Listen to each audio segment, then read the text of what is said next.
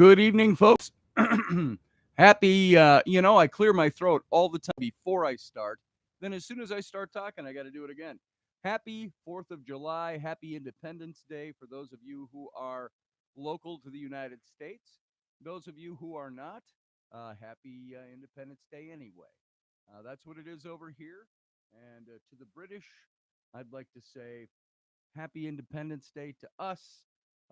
We prefer our coffee black and our tea in the harbor. So, welcome tonight. Glad you could make it. This is a holiday special edition that really doesn't have too many features that are any different than normal, but we're going to go ahead and go with that. And I'm just going to double check a couple of settings here because I started a little bit late. There we are. We're good. All right. And welcome, everybody. James, good to see you. And let's see who else is here. Brian, glad to have you here. And Holly, good to see you as well. And Suze, nice to have you. Pardon me, I'm just sweating a little bit. The whole family is gone today, up doing 4th of July stuff up in another part of the state with family members. And for me, it was a day to stay home, get some stuff done. And I was just running through the house, and I was vacuuming and sweeping, and I looked at the clock, and it was 2 minutes to 9. So I'm still a little sweaty from doing that, and I forgot my coffee and everything. So, but I'm here, and I'm wearing my Son of a Patriot shirt because it's Independence Day. Not that I don't wear it other days, but you too can get this shirt. This I did is kind of a commemoration of one of my ancestors, which was John Robards, who came over from Wales in 1710, and they settled in Virginia, here in what was to become the United States. And it was 5 of his grandsons, this guy being one of them, John Robards, William Robards, Lewis Robards, and William Robards, I think I mentioned, but they were all fighting for the colonial army on the American side in the American Revolution. And that's why I originally created this character. It was to commemorate him. And so I'm wearing it tonight. And Audrey, I know, who probably won't be here. There might be a lot of people who are not here tonight if you're stateside, because you're probably out doing your 4th of July festivities and fireworks and things like that. So those of you who are here, I'm glad you're here. Welcome. Everybody else, if they're celebrating the holiday, they can listen to this in reruns. So thanks for being here. Jason, I see somebody asking for Jason. Is there a Jason here? Is Jason here? I don't see him. And so tonight we're going to continue on with our King David series. But first, I want to get into a couple of things that I saw today. Oh, Jason Robards. I see, James. Probably a shoestring relative. I would say, because the Robards from Wales and the Roberts from Wales, really very few other places that they hail from. So Robards was probably a shoestring relative of some sort. He's in the family tree somewhere, I'm sure. Probably one of, and if you listen to my shows any length of time over the last 15 years, you've probably heard this story before, but one of the only claims to fame and great names in our family tree was Rachel Donnelly, who was married to Captain Lewis Robards. He was one of the ones I mentioned. He would be my 9th generation uncle. So like a great uncle way back. He was the brother to my direct descendant that fought in the Revolution. And he was married to a woman named Rachel Donnelly. And Rachel left him. He had removed from Virginia to Mercer County, Kentucky. I think he was in dry goods, mercantile, stuff like that. And she left him for a brash young Kentuckian by the name of Andrew Jackson. And Andrew Jackson hauled her off to Washington, and he started his political career, of course. He became president of the United States. She had divorced Lewis Robards in Kentucky, and she married, obviously married, Andrew Jackson, became the first lady. And the big scandal in Jackson's White House was his bigamist wife, Rachel Donnelly, because back then, the way the laws were written, you had to get your divorce in the same state where you got your marriage. She was married in Virginia to Robards. They moved to Kentucky. She divorced him in Kentucky, and now she remarried the president, Andrew Jackson, before he was president, in Virginia. So that's the big thing in our family tree, and it's not all that big. It's just there. So we had a divorcee run off with somebody who became the president of the United States. And so there you go. And now, talking about the president of the United States, there was the big parade today in Washington. I did not get a chance to watch it. I was doing too many other things. I saw a couple of clips. I know there was all kinds of controversy about that, and the controversy basically settles around whether you like Trump as president or not. That's where it starts and ends. There's no real meat to any of the controversy. It's just whether you like him or not. And there's so many people claiming that he was doing this because he's just promoting himself. He's promoting Trump. Well, if any president did that, you could really make the same claim. But what he was doing was, he said, this is a parade for America. I actually saw online today somebody that I've respected for years, an old friend. He's an author, but he holds a diametrically opposed political opinion than I do. I try to never let that affect my friendships. But we've commented back and forth on our posts over the years, and that's kind of quieted down. There's been this wedge that's separated, not from me, but like I've seen from other friends of mine who do not like Trump. I've lost friends over this. I had a friend of mine that was a friend for 25 years. We worked together. We did creative stuff together. We did all kinds of stuff together. My ex-wife and I and he and his wife were friends for years.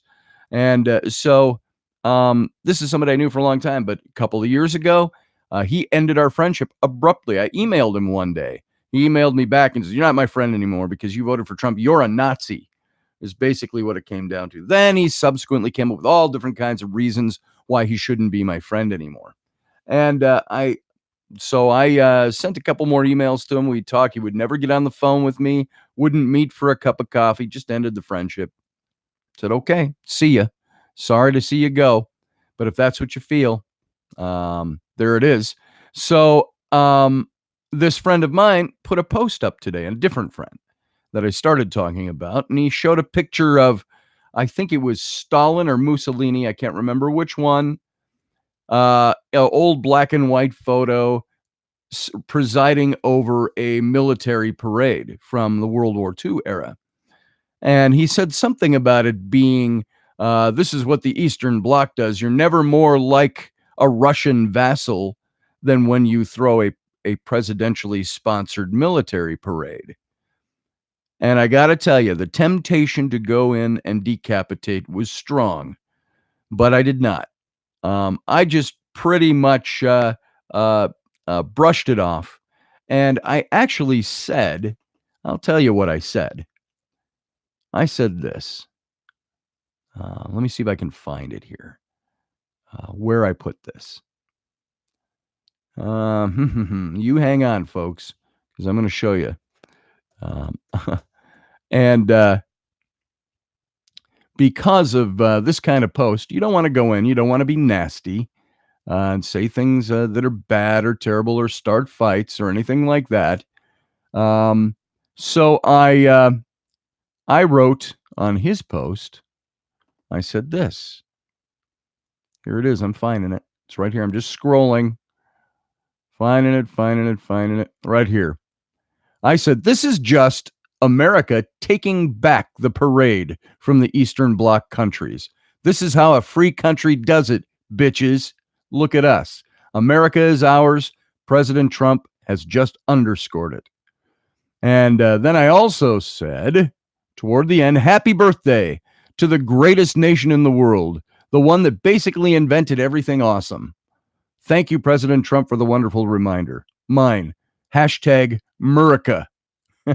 So that's how I responded to that. I cannot believe that, and sorry to all my British friends, my Australian friends, my New Zealand friends, my friends that are around the globe, Japan, that listen to this show. I just have to say sorry if I've offended you by saying America is the greatest country ever and we've invented everything that you could call awesome. That's just the viewpoint from an American. So it doesn't mean that you guys are chopped liver. This is just our day, so we're going to say stuff like that. So hashtag America and Rocky Face, somebody said. Is Rocky in the room? I haven't seen him. TT, good to see you. Karen, James, I already said hi to you, but I'll say hi again. Jeannie, Susie Q, good to see you. And I'm glad everybody's coming out on a 4th of July evening. I appreciate that more than you can know. Jason, there you are, Jason Rios. Good to see you, brother. And scrolling back just to see who all is here. I hope I didn't miss anybody that's got their face out forward on the chat room. Karen, good to see you. So a lot of people divorce their own families. Yeah, truth will come out soon. Just hope more people see it. Me too. And so, yeah, it's pretty sad state of affairs. If somebody wants to dislike the president, go ahead. It's your right. You can dislike the president. But if you're going to put stupid shit online, you might get somebody who appreciates their country responding to it. So I don't like that stuff at all. And it kind of, it's kind of a great segue into our King David topic tonight, because we're going to talk about a house divided. David's house and what happened there, the rape of his daughter by one of his sons, Absalom's revolt, things like this. So we're going to get into those things tonight if we have time to cover it all. And a happy Independence Day to you too, Jeannie, and everybody here. Happy Independence Day. So thanks for being here. You don't know how much it means to me. And by the way, as I said, wearing my Son of a Patriot shirt today. You can get these until midnight tonight for 20% off, and everything on my store at Etsy. And so the Etsy page you can find at streamingtalkradio.com, or I'll just put it here, www.etsy.com/shop/son of a patriot. Patriot. There you go. You can't get more live ad than that. Oh, I misspelled it. Damn it. All right, let me try one more time. Just going to copy that over, paste it, and correct my typo. Boom, there it is. So you can go get stuff there. You can get the David shirt that I did. I think it's an awesome shirt. And by the way, folks, these are all my designs, all my artwork. So if you want to help further what I do here, that's a great way to start. Go pick up a shirt and or a hoodie or a mug or something like that. You can also get the Situation Room, Rocky Stucci Meatball Army shirts, hoodies, mugs. They're all over there as well. Now, I will not be on with Rocky tonight. Rocky's taking the holiday, and he's going to be solo tonight. And so there's reasons I can't make it. But go be sure to watch Rocky after this show in an hour and 45 minutes over on his page. So there you go. Go take a look at what I've got over at my Etsy page. Now let's get rolling here. We've just gone through David all the way up to him establishing his kingdom. How he did it, how he established the cult of Yahweh, the worship of Yahweh, Jehovah, and brought that to Jerusalem, which is really out of place for him to do, but he did it. He created a monarchical religion. This is the royal religion now of Israel. And this is all after he conquered the city, what he called the city of David, which is Jerusalem, which was the Jebusite city. Small sliver of a city on a hilltop that was very strategic. And that city had been allowed, the Jebusites had been allowed to stay there after the Israelites conquered the land 450 years earlier. And so David went in, took over, and Mount Moriah, which was unoccupied, the city of David, came up the slope, and then up higher was Mount Moriah. That's the hilltop there where Solomon eventually built the temple, and now the Dome of the Rock sits, just to give you a little logistics right there. And so David set up the tabernacle of the covenant up at the top of Mount Moriah, the big tent tabernacle, tent temple that they used in the wilderness, and had it set up somewhere else, and brought the Ark of the Covenant home. Now, David's city is now established. He's established a new capital for Israel, And now he is set. But here's what happens now. As with a lot of history, David falls under attack. And it's desperate times set in for them. And the popular depiction of David's reign as this gloriously successful, amazing kingdom established by David is based largely on the memories of David preserved by the later biblical authors. And those who wrote the book of Kings, remember you got 1st and 2nd Samuel, 1st and 2nd Kings, 1st and 2nd Chronicles. Those 6 books are the books I keep referring to when I talk about the different writings. Those 6 books that detail the kings of Israel, and big stories with David, of course. And the guys who wrote these books established David as the ruler against whom all others were to be gauged and judged. They elevated him to that status. And the people who wrote the book of Chronicles whitewashed David's story to remove all traces of embarrassment or potential wrongdoing. But in the earliest material in the books of Samuel, even as the authors try to glorify David at every turn, they're forced by virtue of their proximity to the historical events to reckon with reality. And the events that truly could be described as glorious, the capture of Jerusalem, the entrance of the ark into the city, and David's victories against the neighboring nations, are narrated only in 2 chapters of Samuel. Almost the entire rest of the history of David's kingship describes not a glorious reign, but rather a constantly troubled reign.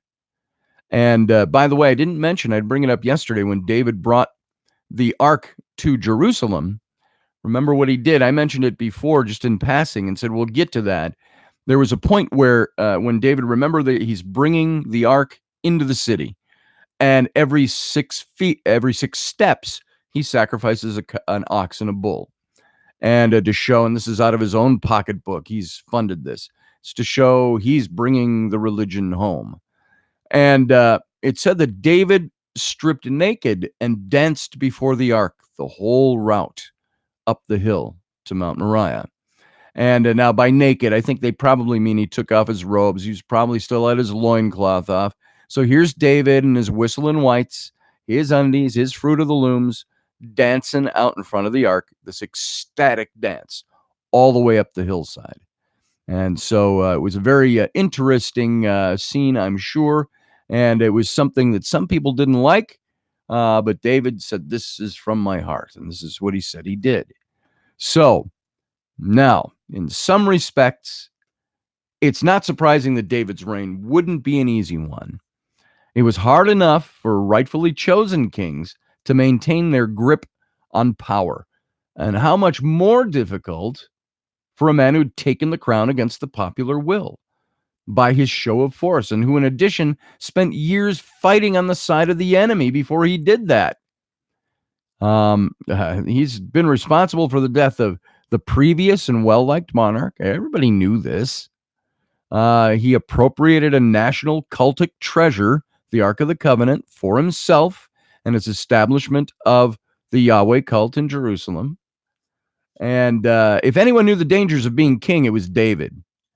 And but even David, I think, was unprepared when threats to his kingdom came from unexpected sources. One especially, his own family. Now, every family has its problems, but David had his sons and his children, and they're growing older now, and they're adults now, most of them, and he is starting to have problems solidifying his kingdom around his own family. And to understand the challenges that David would face, we have to be familiar with those who were closest to him at this time. According to 2 Samuel 3, David had 6 sons by 6 different wives. All right?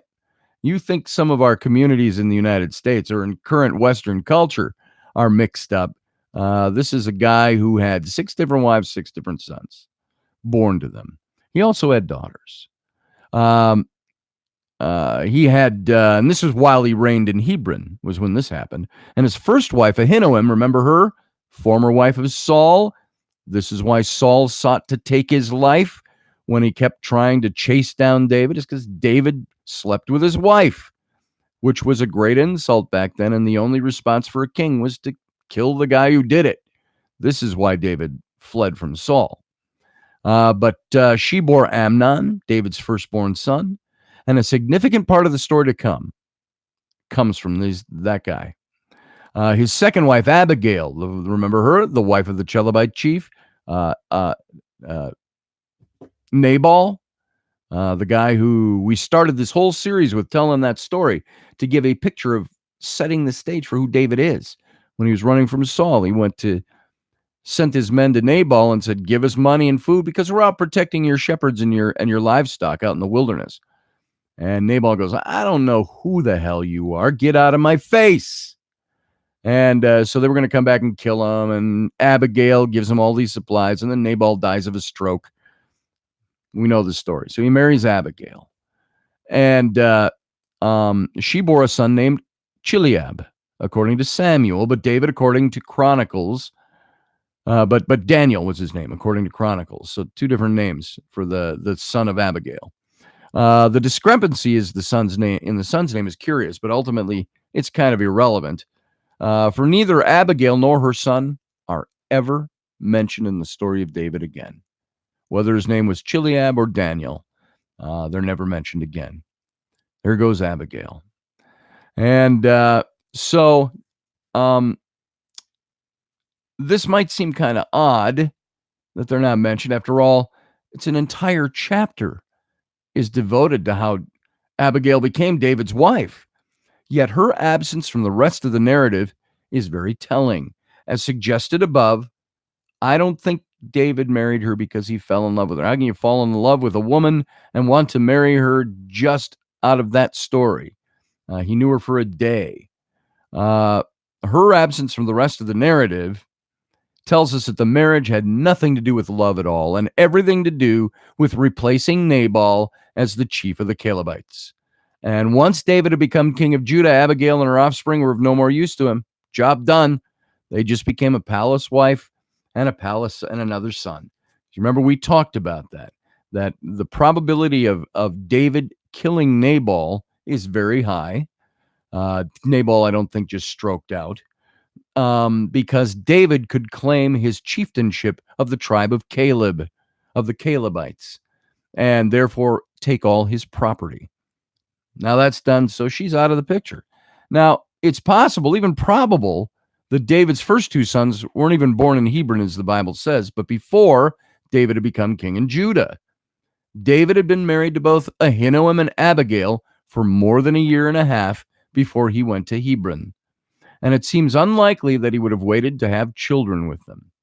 In the case of Ahinoam, it's even possible that her son Amnon was conceived with David when she was still Saul's wife. Remember, Saul was stooping the king's wife long before he ran away from Saul. So the biblical authors, however, wouldn't have been pleased with the idea that David's sons were born in Philistia, making them Philistines, as this would make them practical foreigners as the king's sons. And so the authors have probably condensed the chronology of the births, at least for the first two sons. So David's third son was Absalom, who we know a lot about, and we spend a lot of time on him in what we're going to talk about tonight. He was the central figure in the coming narrative. His mother, we're told, was Maacah, the daughter of King Talmai of Geshur. Now, Geshur was an independent territory in the northeast of Israel, just to the east of the Sea of Galilee. So according to the conquest narrative in the book of Joshua, Geshur, you could pronounce it Jeshur, I suppose, but Geshur was one of the regions that the Israelites were unable to dispossess, thus explaining the Geshurites' continuing presence on the borders of Israel. That's in Joshua 13. Now, we're never told when or how David came to marry the princess of Geshur, but given the standards at the time, we can make a pretty good educated guess. As noted above, the marriages between royal houses were common in the ancient Near East as a way of cementing diplomatic relations between nations. Most of us know this. We know this from fairy tales even, mention this kind of stuff. So it's therefore seems pretty improbable that David should have married the daughter of King Jeshur before he took the throne in Hebron, as the Jeshurites would have had Jeshurites. What you say tomato, I say tomato. They would have little to gain from an alliance with a mere Philistine mercenary. So David was probably already established as the king in Judah when he did this. So we can thus date David's marriage to Maacah at least to the Hebron period, though we may not be able to be more precise than that. Now, keep in mind, folks, I'm talking about dates of marriages and sons and wives and things like that. All of this stuff might seem on its surface to be, well, it is. It's insignificant stuff. None of us are going to go to work on Monday of next week or tomorrow if you have to, and think about how important it is to know Israeli history or the history of David's wives or the kingdom. But this is completely important to establishing how David's story was told in the biblical narrative. So, yeah, sounds more like the scoundrel of Judah. Pretty much it, James. I think he was.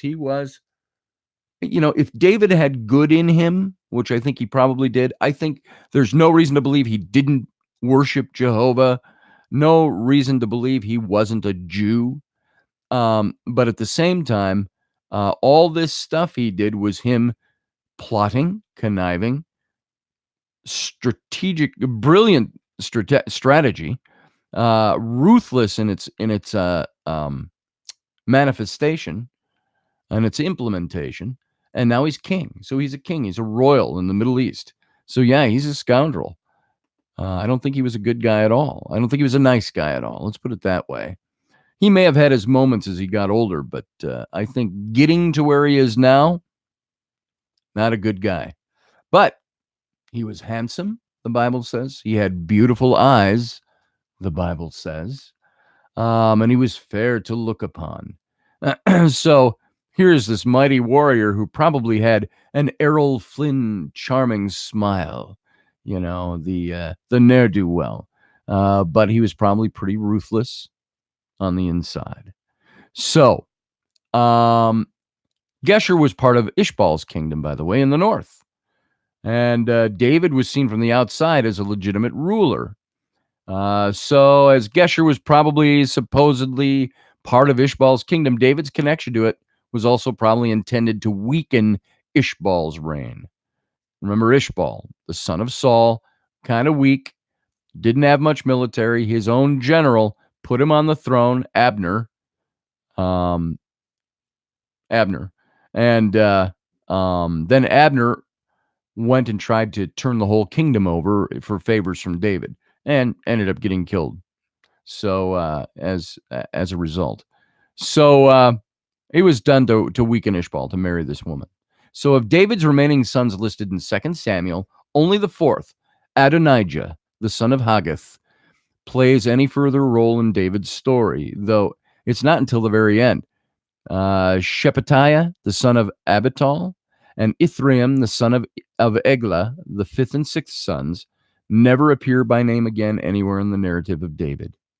So in this regard, they're like the 11 sons said to be born to David once he became the king in Jerusalem. So listed in 2 Samuel 5, only one of whom is known to us, Solomon. And what about Solomon? We're going to hit Solomon when we, another step out here. We're going to talk about that and about who he is. And I'll just throw this little tidbit out to you. Is Solomon really the son of David? Put that one in your pipe and smoke it until we get to that point. All right. So, Solomon. One other figure is prominently missing from the list of David's family. And it's as it's presented here in this text. And it's Michal, the daughter of Saul, the princess, whom David commanded to be brought to him when he becomes king in Hebron. Why isn't she mentioned? This is Saul's daughter. 2 Samuel 3 preserves a list of David's sons, and Michal had no children with him. So the biblical authors created an explanation for this. When David brought the ark into Jerusalem, Michal was watching him dance naked through the streets, and she was embarrassed. during which he evidently exposed himself in front of everyone. And that's why she's embarrassed. And so, as a result of her verbal abuse, the text tells us, to her dying day, Michal, daughter of Saul, had no children. That's 2 Samuel 6:23. So, in essence, because she was pissed off that David was dancing naked in front of the city, in front of the ark, she looked down on him. And because she was pissed off, she probably voiced her opinion. David said, "No more sex for you." And so David kept her as a wife, but probably never spoke to her again. And so the Bible story implies that this was divine punishment for Michal's behavior. But there's a far simpler explanation. David took Michal as his wife as a show of strength, to demonstrate his power over even the royal family of the weakened northern kingdom. So being married to Saul's daughter was also further justification for David's rule in Israel, as it placed him in the legitimate line of succession. As was the case with Abigail, this was a marriage purely of political convenience. Having Michal as a wife served a clear purpose for David. Having children with her, however, did not. In fact, it would have been against David's interest because Michal was a descendant of Saul, the king whom we know everything about now. And any offspring she had with David would continue Saul's line into the next generation.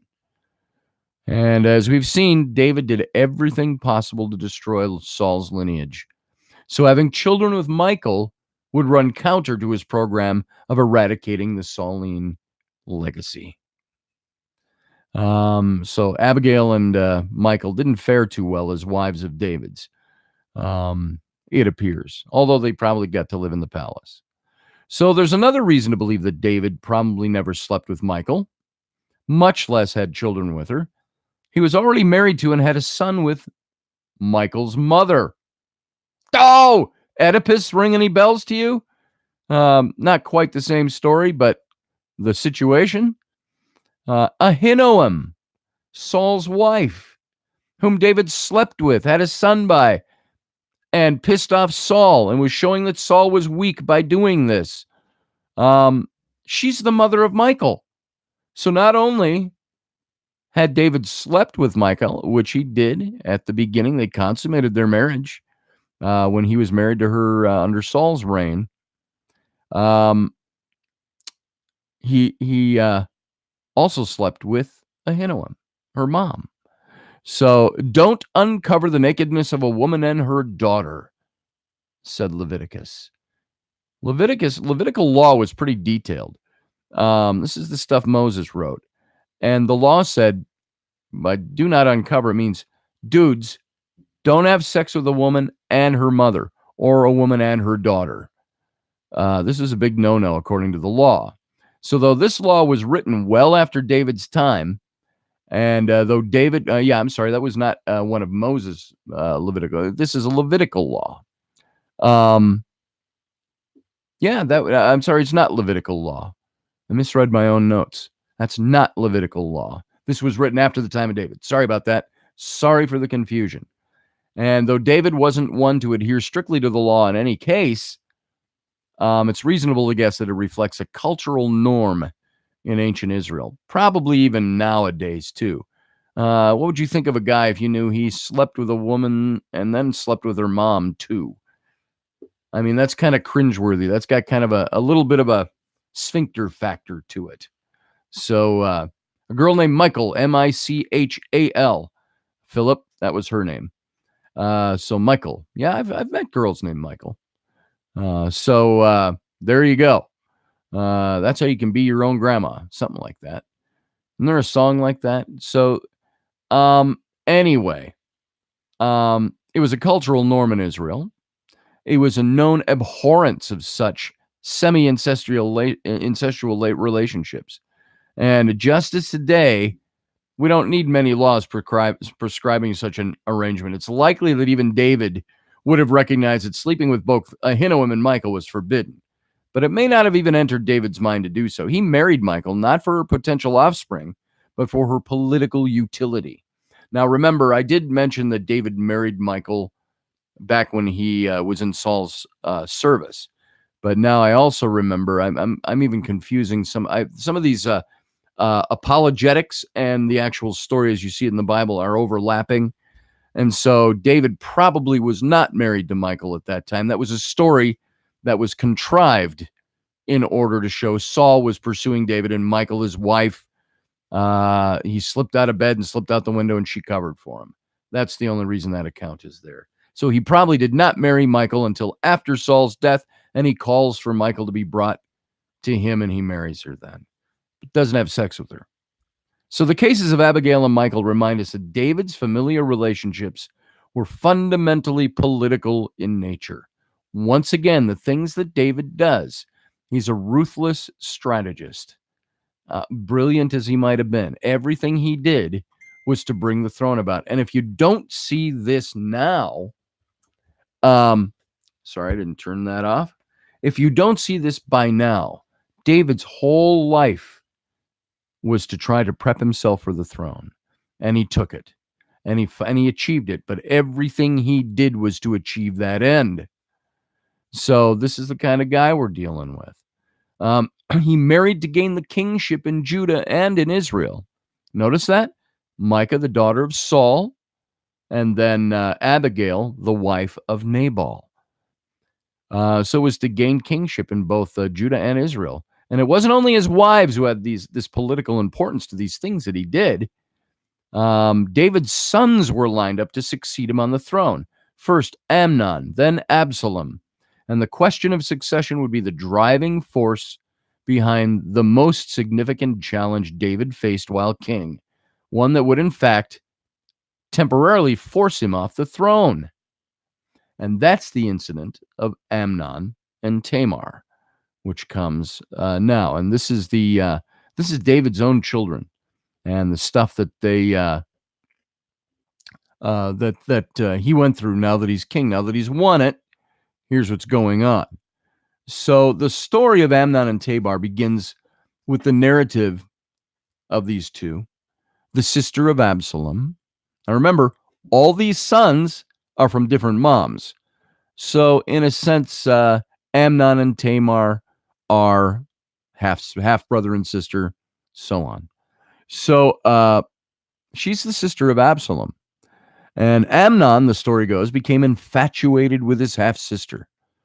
Go figure.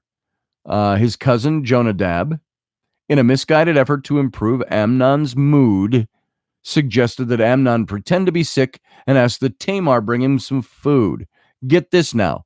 You got your own cousin helping set you up with your half-sister. That's fucked up. But this is what's going on. So, Amnon did. He requested that David send his sister Tamar to him. And so she went to Amnon's bedside, and after she prepared a meal for him, Amnon sent everyone out of the room. And when Tamar brought the food close to him, he grabbed her and demanded that she sleep with him. How's that? You're infatuated with your sister.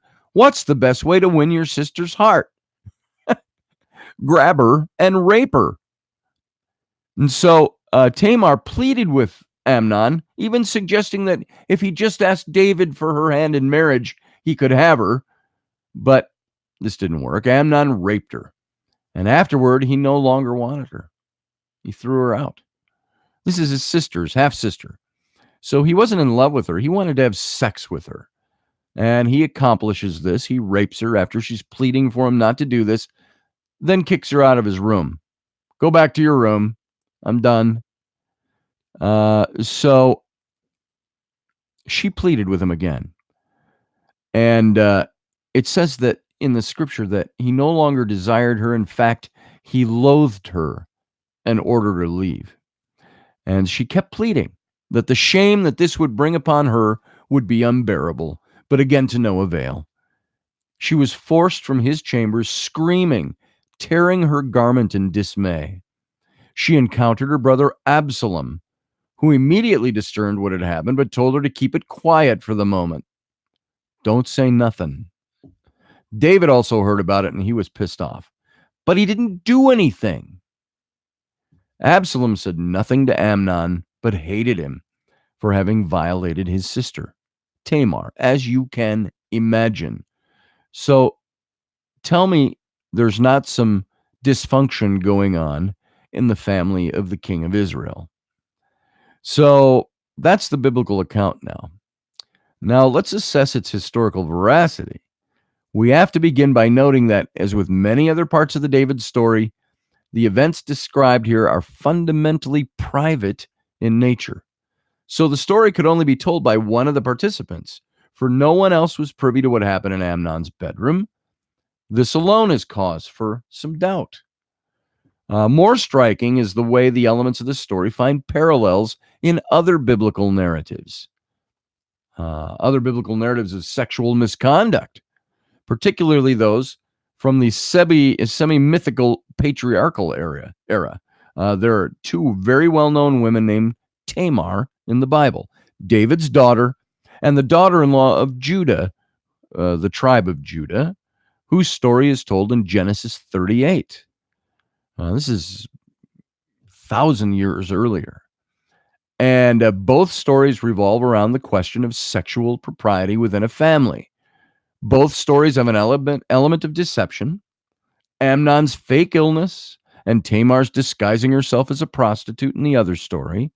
Both Tamars in these two narratives are treated callously by the men around them. Both are connected with David. The Tamar of Genesis bears Judah twins, one of whom, Perez, was traditionally believed to be David's direct ancestor. There are resonances also within the story of Joseph and his Egyptian master's wife from Genesis 39. We talked about that, Mrs. Potiphar, when we were talking about the Exodus reality. Both stories feature infatuation that turns into sexual aggression. And in both cases, specifically when no one else is present and could see the details of what went on. So in both stories, the infatuation are garment. There's these garment plays, or that end up with these garment plays. I'm calling it as evidentiary role. Absalom recognizes that Tamar's been raped because her torn garment, and the Egyptian's wife in Joseph's story, her garment, she holds up his garment as proof that he had tried to rape her, his cloak or something like that. And so the closest parallel to the story of Amnon and Tamar, however, is the narrative of Dinah in Genesis 34. Both the Tamar and Dinah stories are, most obviously, about rape. In both, the brothers of the victim is given the lead role in responding.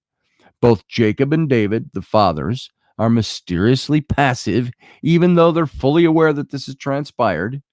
Both stories address the issue of marriage. Amnon refuses Tamar's proposal. Jacob's son offers a disingenuous proposal to Shechem. So these two stories are similar. And the reason I'm pointing this out is that in these old narratives, many times, it's not like you have the internet to go to compare these things. These old stories meant something. And so they reused them to tell new stories. And so the similarities between the story of Amnon and Tamar and these 3 chapters from Genesis strongly suggest that we have in 2 Samuel 13 is not an historical account, but rather a mixture of older traditional stories. So in short, the narrative seems to be a literary creation. In fact, there's no reason to believe that David actually ever had a daughter named Tamar at all. This is Absalom's sister.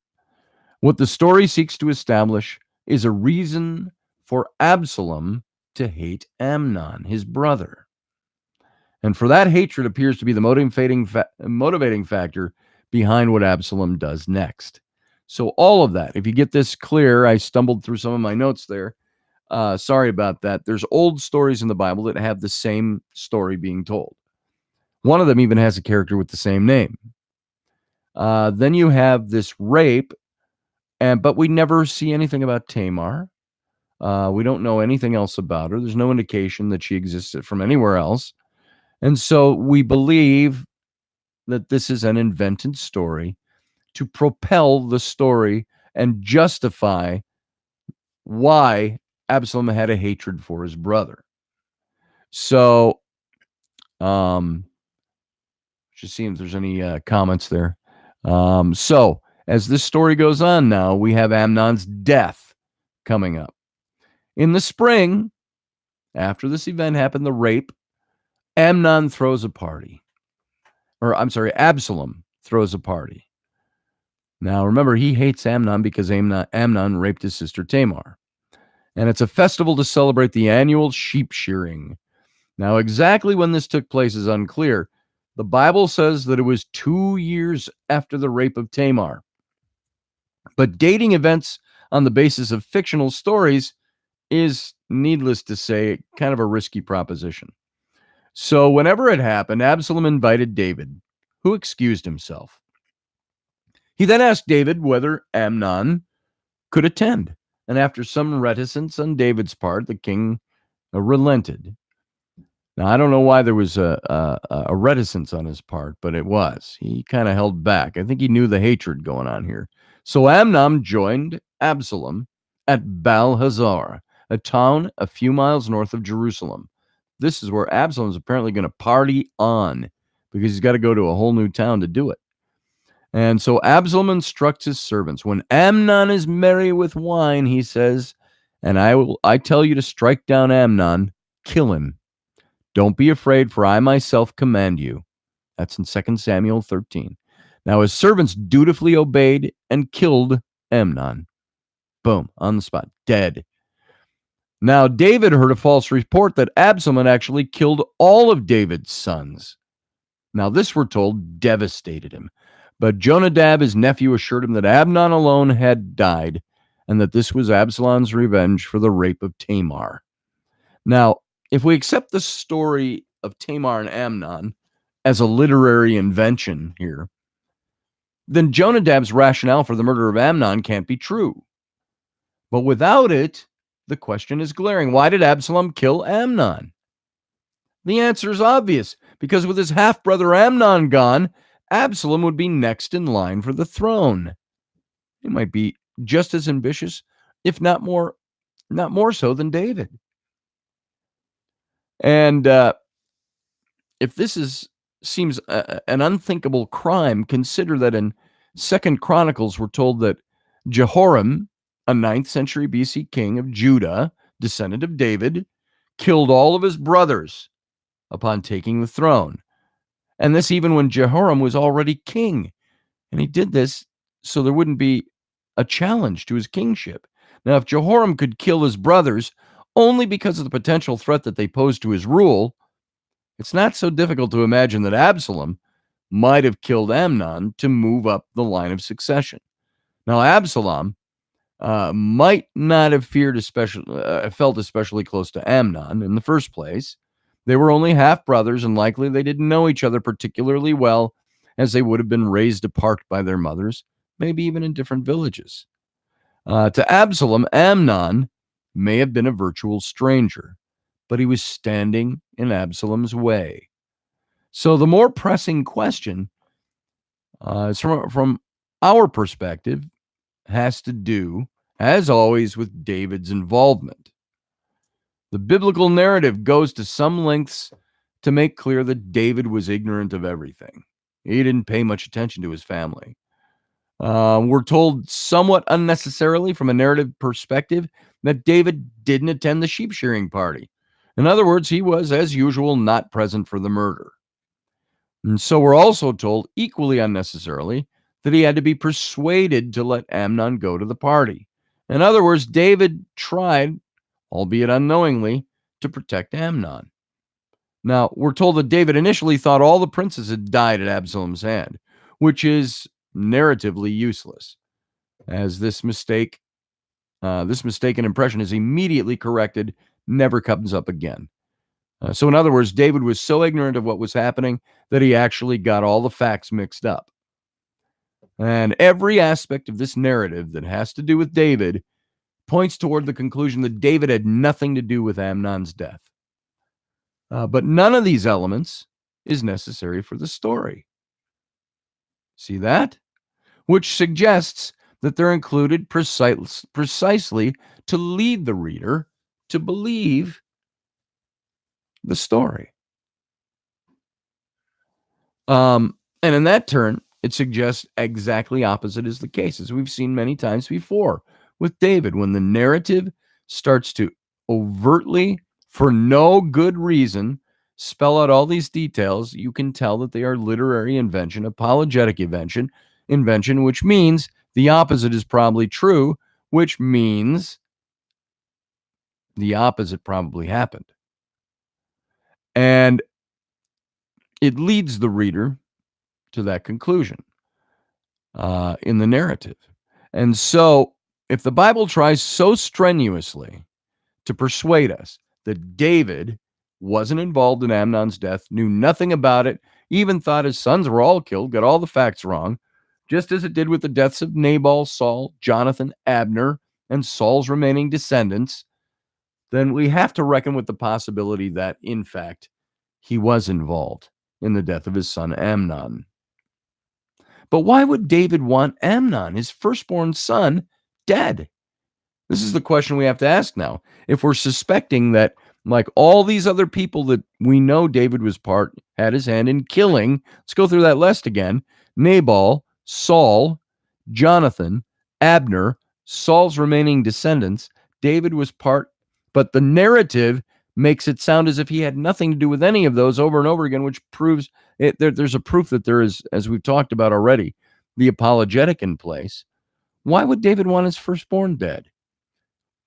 It's helpful to ask the question in political terms. Why would David not want Amnon to succeed him on the throne? And the answer has less to do with Amnon and more to do with his mother, Ahinoam. Remember Ahinoam? Saul's wife, who David slept with, trying to take down Saul's throne. Amnon was the product of David's failed coup attempt against Saul. His sleeping with Saul's wife. At the time, this had been a necessary step, even if it turned out badly, but now that David had secured the kingship over all Israel, Amnon was yet another link to the Saulide legacy. So David had done everything possible to ensure that no one with any connection to Saul could ever threaten his kingship. And yet the one person in the country with a rightful claim to succeed David to the throne was none other than the child that David stole, whose mother David stole from the king in an attempted coup, Saul's wife, Ahinoam. So there's no reason to think that David had any affection for Ahinoam. Just like Abigail, just like Michal, she was a pawn in his political game. And hard though it might be to imagine, there's no reason that David would have had any special affection for Ahinoam and her son, or her Ahinoam's son either. Amnon was a living reminder that David had slept with this woman to try to take the throne by force from Saul. Amnon is kind of the innocent here. It's by birth now, he's got a mark on him. And we know because of the way David has acted all throughout his story that this rings very true. We don't need to doubt that it was really Absalom who killed Amnon. As we've been seeing, he too has had reasons for wanting Amnon dead. But David must have been involved as well. So what seems most probable is that he and Absalom concocted and conspired to have Amnon killed. David could have played on Absalom's desire for the throne, because he would now then be the next in line after David. And he probably made a deal with Absalom. If Absalom had Amnon killed, David would promise Absalom the right to succeed him on the throne. Absalom, after all, was no descendant of Saul, but the product of a legitimate royal marriage between David and the daughter of the king of Geshur. And this was the first legitimate marriage David had participated in.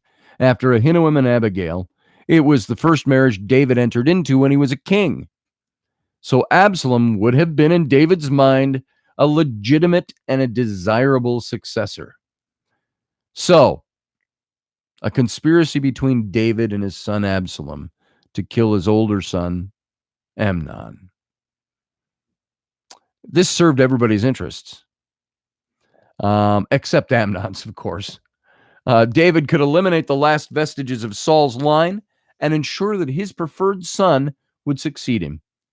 Absalom could overcome the disadvantage of his birth order and attain the royal status held by both his father and his mother. Amnon died for no fault of his own.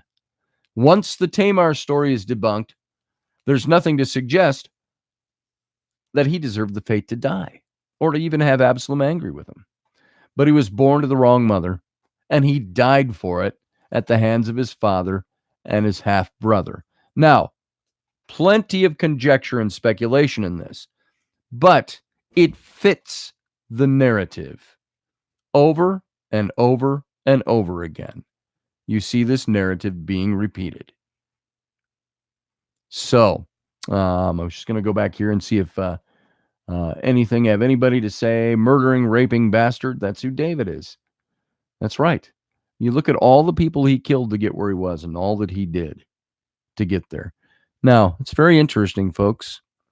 I'm going to stop for a second just because I heard my door here had a big boom on it and a big rattle, but nobody's here. I'm just going to see if there was like the dog walked down the hallway and walked into my door. I don't know. Hang on, folks. I'm going to step away. Be right back. Less than a minute. Hello? What are you doing? Come on, get out of here. Go. What are you doing? Is a cat bugging you or something? Go. Get. Go on. All right. It was the dog. The dog, Lucifer, is my dog. You know, I don't suspect paranormal stuff too much, but I've had enough of it happen that when I hear stuff like that, I wonder. But it was heavy enough that it seemed to me that it was probably an animal.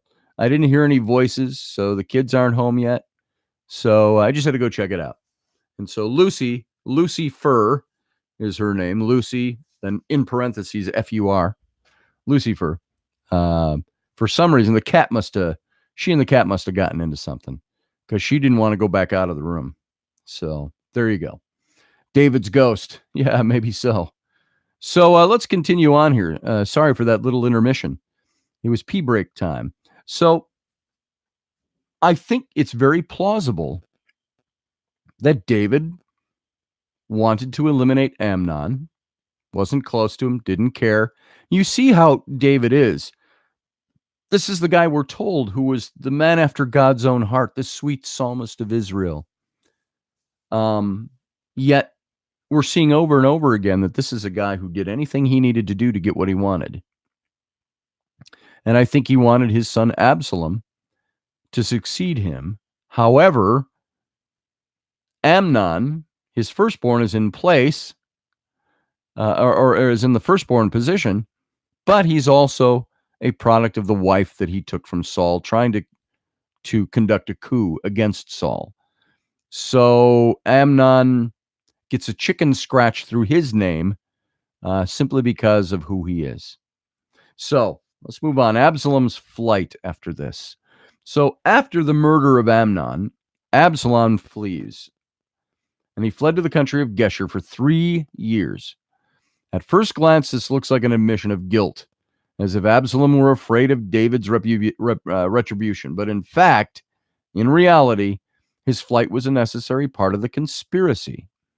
He hardly could return to Jerusalem and resume his life as it had been before. If he did, everybody would understand that David concocted Amnon's murder.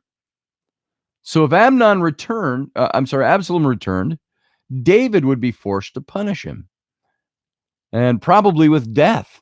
And so the two conspirators required a mechanism by which Absalom could be punished, quote unquote, but eventually regain his position in the court.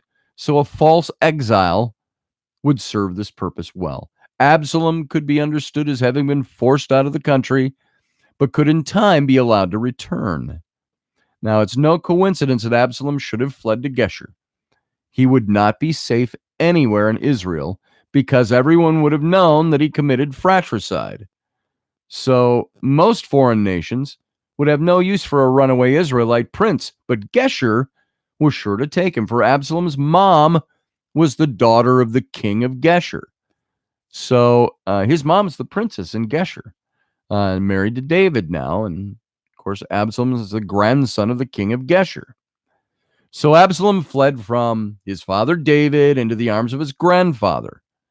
And so the situation was just a perfect setup for everyone involved. Absalom would be safe. David would know he was safe.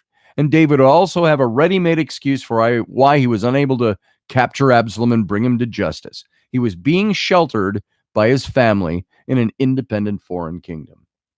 Boom. End of story. Perfect plot.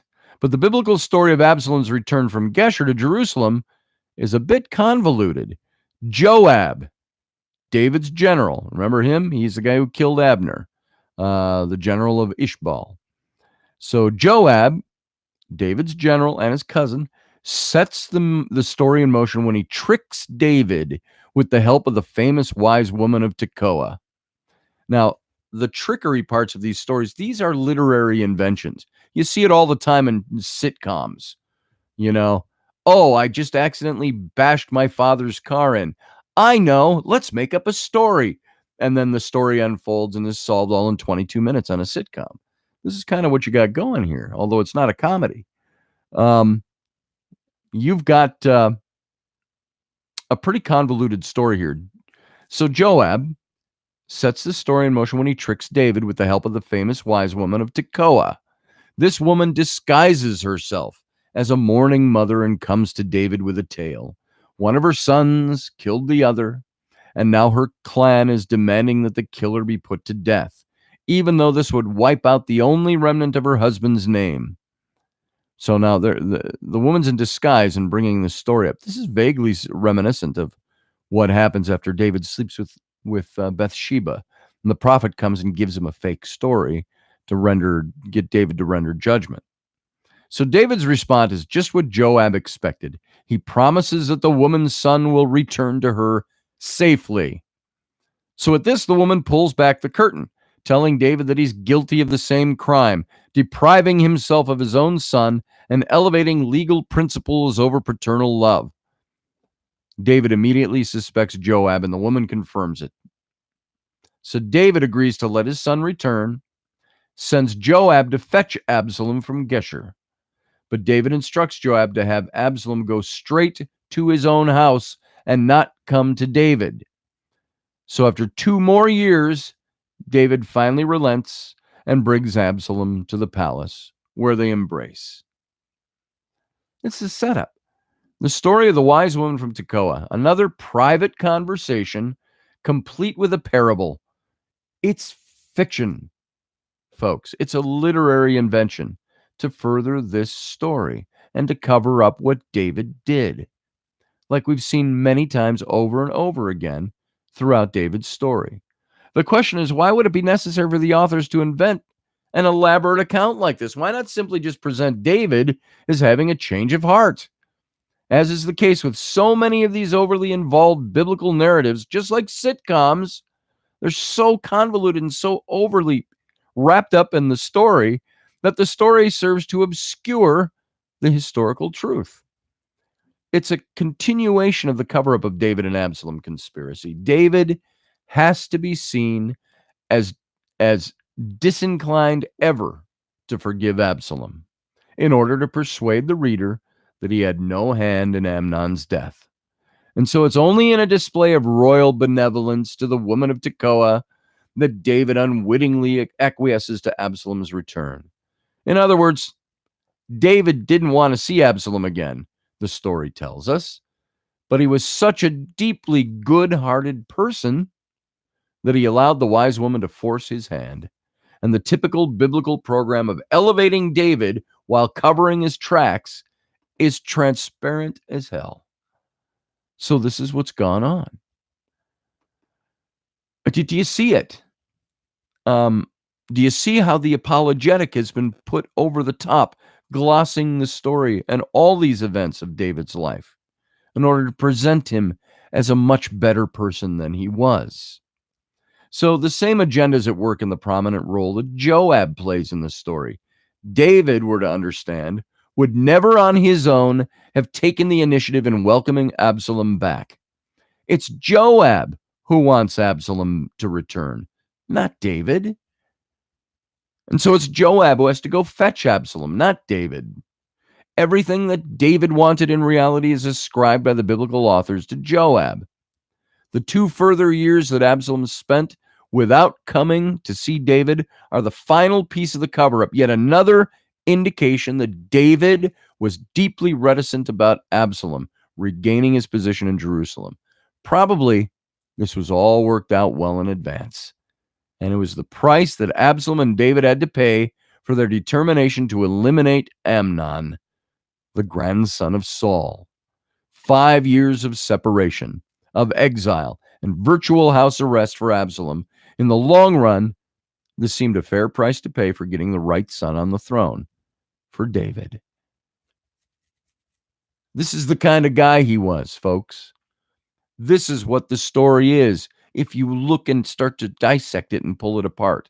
Now, Absalom, of course, leads a revolt. David had executed this plan perfectly. In fact, since his early failed attempt to seize Saul's crown, David had experienced an unbroken string of successes whenever he plotted something. What happened next, however, was probably as unexpected to David as it comes, and it marked the beginning of David's decline, his long decline. The Bible tells us that Absalom was exceedingly attractive, just like his dad. It says that no one in Israel was so praised for his beauty as Absalom, the prince. From the sole of his foot to the crown of his head, he was without blemish, says 2 Samuel 14. What's more, he had a remarkable head of hair. Physical descriptions of biblical characters are rare and always meaningful. So what's the purpose of describing Absalom this way? Physical gifts went beyond mere appearance. They were seen as a sign of divine favor. Joseph is described as handsome. The infant Moses is beautiful. In the right circumstances, one could be considered fit to be a king if one only looked the part. Saul, we may recall, was chosen because he was taller than everyone expected. David himself is described as handsome, having beautiful eyes. Absalom's appearance might have planted in him and in others the thought that he was particularly fit to be the next king. At the very least, the biblical authors provide this information as foreshadowing for Absalom's subsequent actions. So you got this good-looking son. He's the prince. He's got the Errol Flynn smile. He's the charmer. So Absalom, sometime after David had welcomed him back into his arms, provided himself with a chariot, with horses, and with 50 men to run before him. That's in 2 Samuel 15. The important part of this might be lost to the contemporary reader, but it would have been very apparent to the ancient Israelite audience. So nowadays, this is going to get lost on us. But in context to understanding the story, you've got to see the way the ancient Israelites would have seen this. Chariots and horses were distinctly royal possessions. In fact, they're almost always associated in the Bible with foreign kings. Pharaoh in pursuit of the Israelites after the Exodus, the coalition of Canaanite kings who engaged Joshua in battle, the Philistines who confront Saul early on in his reign and again at Mount Gilboa, the Arameans whom David defeats in the battle against Ammon, and others. Solomon, famous for his wealth, is said to have had 1,000 chariots and horses. Now, we don't know if that's a literal number or if it's exaggerated for effect. But these were so strongly associated with kingship that they're the first item in Samuel's lists of reasons why Israel will be unhappy if they choose a king.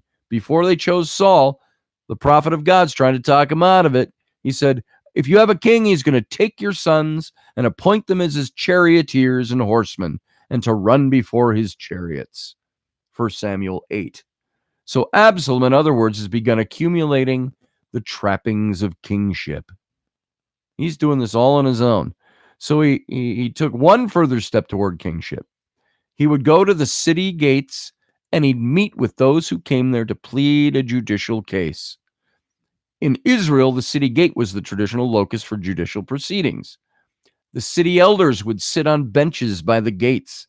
Those with a case would come before them to be heard, and the elders would render judgment. But ultimately, justice was the responsibility of the king. This was a common understanding throughout the ancient Near East. It's the principle behind the famous Mesopotamian legal code of Hammurabi, which begins by explaining that the gods had chosen Hammurabi from among all men to make justice prevail in the land, to abolish the wicked and evil, to prevent the strong from oppressing the weak. The same sentiments found in 2 Samuel 8. At the conclusion of the record of David's victories, David executed true justice among all his people. So, Absalom.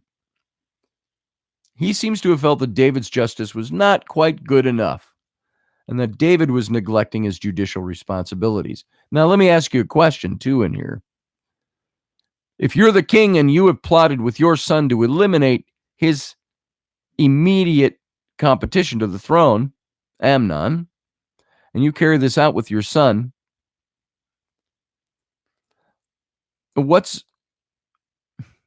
how would you expect not to have that son start to gain those abilities of being a murderer, a conniver, and all of these things? I wonder if that ever went through David's head. It's like adultery. It's like they say in a relationship, if your mate cheats on you and sleeps with someone else, they're more likely to do it again and again and again. So it's this same concept. So Absalom seems to think David's not doing a good job. And he played on what must have been a really popular sentiment that David was ignoring his subjects. So just in case this wasn't convincing enough, however, Absalom also effectively promised everyone who showed up that he would decide in their favor. You show up today, I'll decide in your favor, your case. And so it's clear that your claim is good and right, he said to each person. He didn't allow people to bow to him. Instead, he embraced them when they showed up and kissed them on the neck. In this way, the Bible says Absalom stole the hearts of the men of Israel. And after 4 years of building up his image among the Israelite populace, Absalom made his final move. He told David that when he was in exile in Geshur, he had made a vow to worship Yahweh if he ever returned. And now he wanted to fulfill that vow in Hebron. So, by the way, that's a very telling little passage too. Not all these people believed the state religion, Judaism. They were not worshipers of Yahweh. So he promises, if you let me come back home, I'll worship Yahweh. And now he wanted to fulfill that vow. David, in a sure sign that he had no inkling what was going on, permitted Absalom to go to Hebron. And so David had any idea that Absalom was planning a coup, he hardly would have allowed the prince to go to Hebron, of all places, the very city where David himself claimed the kingship. And so sure enough, Absalom sends word to all the tribes of Israel, announcing that he had become king in Hebron. So the Bible tells us that the conspiracy gained strength, and the people supported Absalom in increasing numbers. 2 Samuel 15. What's that tell you about the way people felt about David? In increasing numbers, the people are going to Absalom, saying, dude, yeah, like it. By the way, Chris, aloha. Good to see you. Glad you're here tonight. Philip, I think I saw you a little bit earlier, but just in case I missed you. And good to see some of you folks here. Glad to have you back, Chris. Let's see. Yeah, Philip, Robin Hood wasn't a perv. That's very true. Well, we don't know that. But at least in the legends, he's not. So hugs right back at you, Chris. So now, all this building up going on, the people are supporting Absalom. He's actually pulling a coup. So that Absalom was able to amass enough people in support to declare himself king is a clear indication that David was absolutely unprepared for this insurrection. especially by the son whom he helped get there.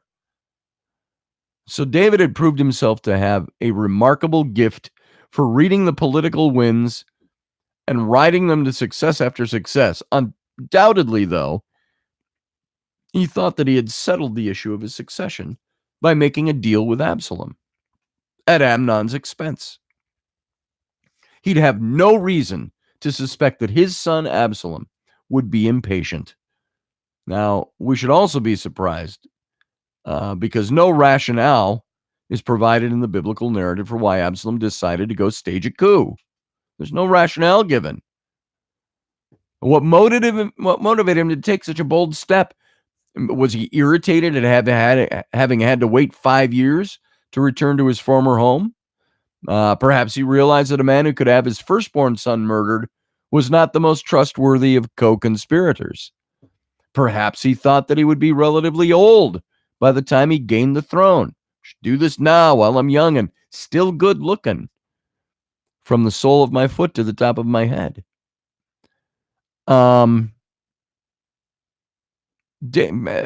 Should David have a long life? Absalom might be 60 before he even hits the throne. So perhaps the simplest answer is that, shown by the course of events, Absalom declared himself king because he could. The real question is why Absalom was successful. Why did the people go along with it? For all the praise, excuse me. Yeah. For all the praise, a small demon living in my stomach. For all the praise that the biblical authors and subsequent tradition lavish on David, the main accomplishment that the Bible attributes to him as king is the conquest of foreign nations. Although their claims are exaggerated, as we've seen, they're not to be dismissed. David was undoubtedly a fine military leader. But if expanding Israel's territory was worthwhile from this royal perspective, from the standpoint of the people, David was not so admirable. He had claimed power by force in both Judah and Israel. In Judah, disrupting the long-established independence of the various clans, and in Israel, destroying the only royal line the people had ever known.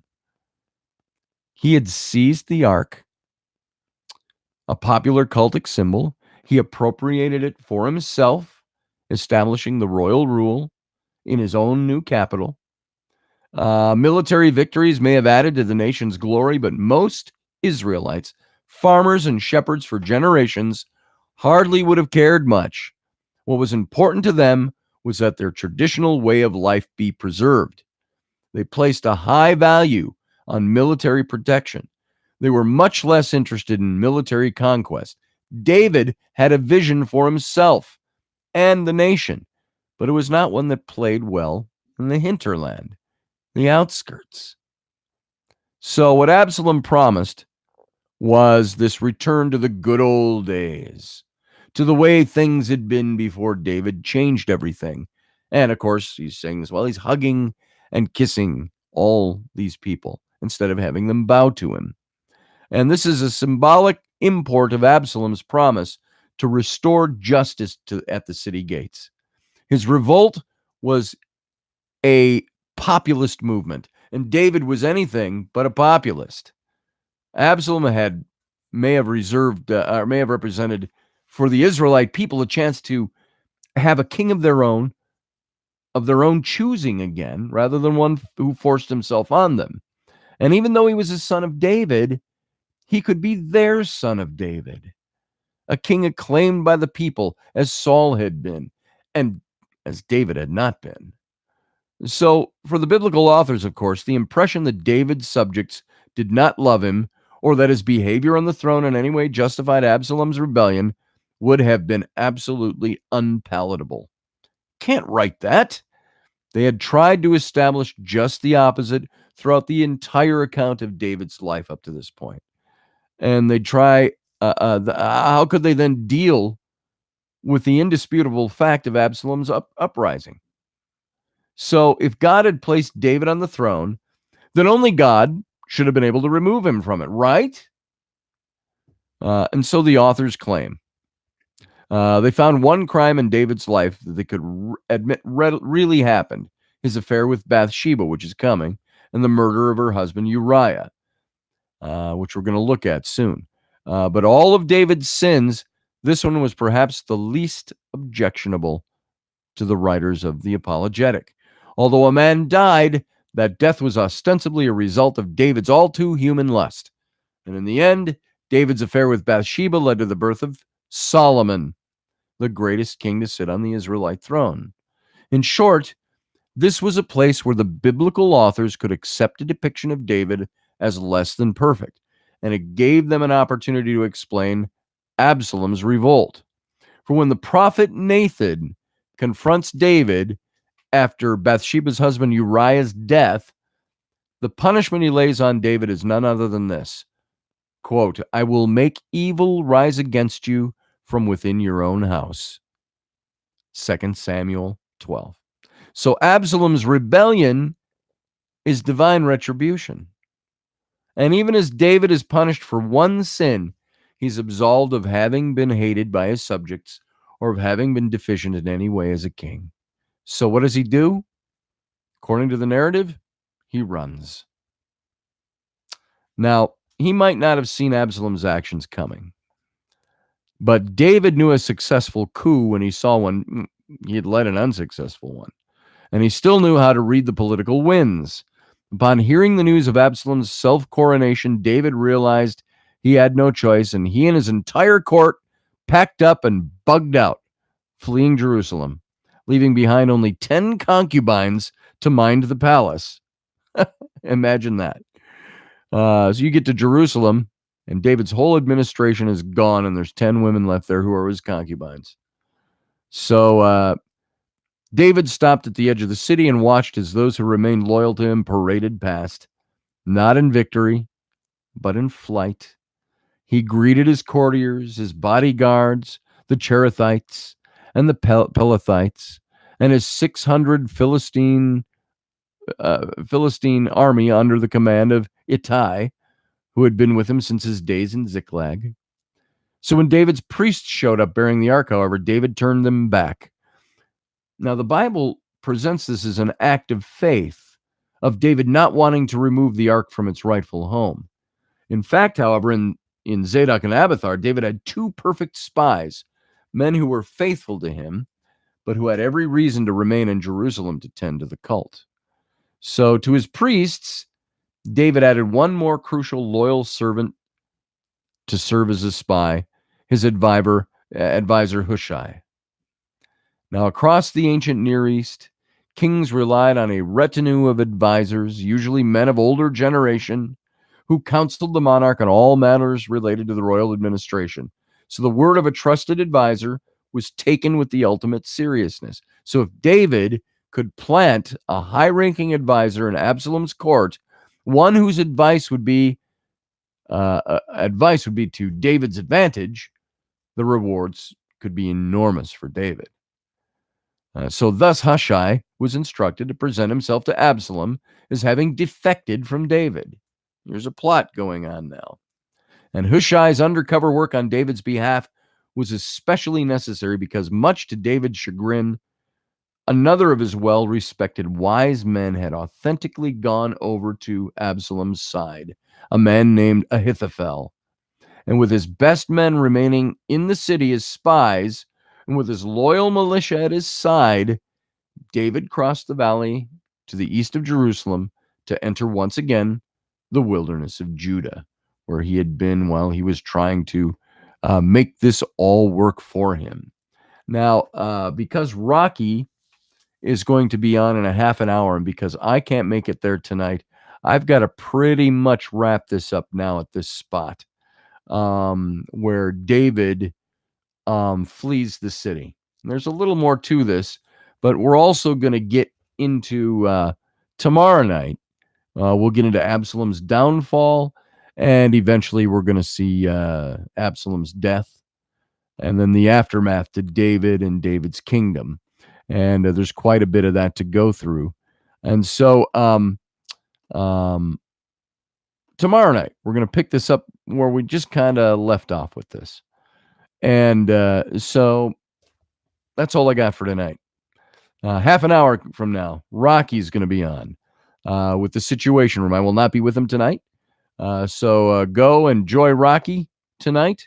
Thanks for being here on a 4th of July holiday evening. It's now 10:27 here in the central United States. It's 11:27 out east. So in about 3 minutes, you'll probably see an announcement for Rocky's show. And you go enjoy, and I will see you all tomorrow night. Thanks for being here. I appreciate it. I love the fact that you're here. I love each one of you for being here. Thanks again. And all of you who are here, if I missed anybody to say hello, Chris. Oh, Chris Jones. I thought I saw Chris Rufert. It scrolled up and the name changed. And so I thought I saw something different. So, Chris, good to see you. Aloha again. So thanks for being here. We'll see you tomorrow night. Good night.